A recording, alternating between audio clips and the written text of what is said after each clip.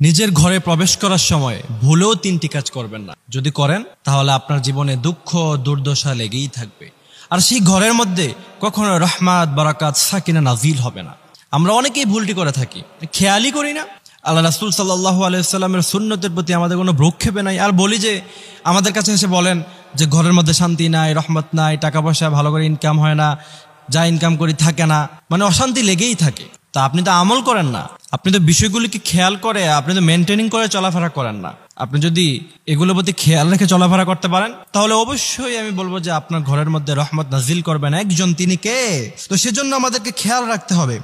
প্রথম নম্বরে যে ভুলটি করা যাবে না সেটি হচ্ছে ঘরে ঢোকার সময় আমরা অনেকে সালাম না দিয়ে ঢুকে যাই, এটি করা যাবে না। বিশ্বনবী বলেছেন তোমরা ঘরের মধ্যে সালাম দিয়ে ঢুকবা। যদি ঘরের মধ্যে কেউ না থাকে, সাহাবারা বলছিলেন ইয়া রাসূলুল্লাহ যদি ঘরের মধ্যে কেউ না থাকে তাহলে কি করব? তখন রাসূল বলেছেন ঘরের মধ্যে কেউ না থাকলেও তোমরা সালাম দিয়ে প্রবেশ করো। আর আমরা ঘরের মধ্যে ঢোকার সময় সালাম দেই নাকি? সালাম দেওয়ার সময় কই? বাইরে কাজ শেষ হয়েছে, তাড়াতাড়ি ঘরের মধ্যে ঢুকাইয়া তাড়াতাড়ি এসি লাগাও, ফ্যান লাগাও, আগে রেস্ট নেই, খেয়ালই করি না আমাদেরকে কিভাবে চলতে হবে। তো সালাম দেয়া ছাড়া ঢোকা যাবে না, এই ভুলটি করা যাবে না। ঢোকার সময় সালাম দিয়ে দিবেন, কারণ সালাম শব্দের অর্থ হচ্ছে শান্তি। আপনি যে শান্তির জন্য খুঁজে বেড়াচ্ছেন সেই সালাম শব্দের মধ্যেই শান্তি নিহিত।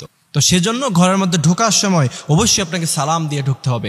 সালাম দেয়া ছাড়া ঘরের মধ্যে ঢুকবেন না, তাহলে শান্তি আসবে না, সেই ঘরের মধ্যে রহমত আসবে না। দ্বিতীয় নাম্বার হলো, আমরা যখন ঘরের মধ্যে ঢুকি তখন ঘরের মধ্যে ঢোকার পরে দরজা অফ করি না?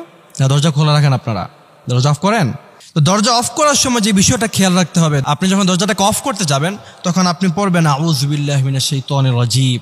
এই আউযু বিল্লাহ পরে আপনি ঘরের দরজাটাকে লক করে দেন। আপনি যদি সেটা করতে পারেন তাহলে যে বিষয়টা হবে, আপনি দরজা লাগিয়েছেন, আপনার ঘরের মধ্যে আর কোনো চুল টাকা ঢুকতে পারতেছে না, বাট শয়তান কিন্তু ঢুকতে পারতেছে, জিন কিন্তু ঢুকতে পারতেছে। তা আপনি যখন ঘরে ঢোকার সময় দরজাটাকে অফ করবেন তো সেটাতে যদি আউযুবিল্লাহ পড়ে নেন তাহলে যে বিষয়টা দেখা যাবে সেটা হচ্ছে কি, এমনিতে মানুষ তো ঢুকতে পারবেই না, তা আপনার সেই ঘরের মধ্যে কোনো জিন এবং কোনো ভূত, কোনো অনিষ্টকারী কোনো কিছু ঢুকতে পারবে না। সুবহানাল্লাহ পড়েন, একদম সহজ না? আমরা করিই না এটা। তৃতীয় নম্বরে যে কাজটি করা যাবে না, ঘরের মধ্যে অনেকে ঘরের মধ্যে বাথরুম আছে, ওয়াশরুম আছে না? তো এই ওয়াশরুমের মধ্যে আপনি যখন ঢুকবেন তখন দোয়া পড়ে ঢুকবেন, কারণ আপনার ঘরের মধ্যে যে ওয়াশরুম আছে সেখানে যদি আপনি দোয়া পড়ে না ঢুকেন তাহলে দেখা যাবে সেটা শয়তানের আক্রা হয়ে যাবে, সেটা অনিষ্টকারীর আক্রা হয়ে যাবে। তো সে তো বাথরুম থেকেও সেটার আসর ঘরের মধ্যে আছে না নাই?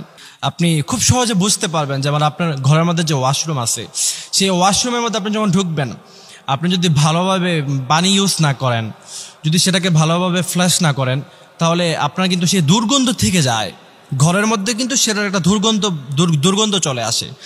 তো সেই জায়গা থেকে আপনি খেয়াল করেন, আপনি যে বাথরুমের মধ্যে যে ওয়াশরুমের মধ্যে আপনি ঢুকছেন কিন্তু আপনি দোয়া পড়ছেন না, তো সেখানে শয়তান আপনাকে অনিষ্ট করছে, তো সেটার আসর কিন্তু আপনার ঘরের মধ্যেও পড়ে যাবে। তো এই জন্য তিনটি কাজ ভুলেও করা যাবে না। সালাম দেওয়া ছাড়া ঢোকা যাবে না, দরজা অফ করার সময় আউযুবিল্লাহ পড়া ছাড়া দরজা অফ করা যাবে না, আর বাথরুমে ঢোকার সময় আপনাকে দোয়া পড়া ছাড়া ঢোকা যাবে না।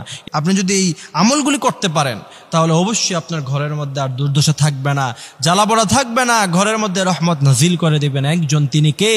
সেজন্য আমরা দোয়া করি আল্লাহ সুবহানাহু ওয়া তাআলা আমাদের সবাইকে আমল করার মতন তৌফিক দান করুক, বলেন আমিন।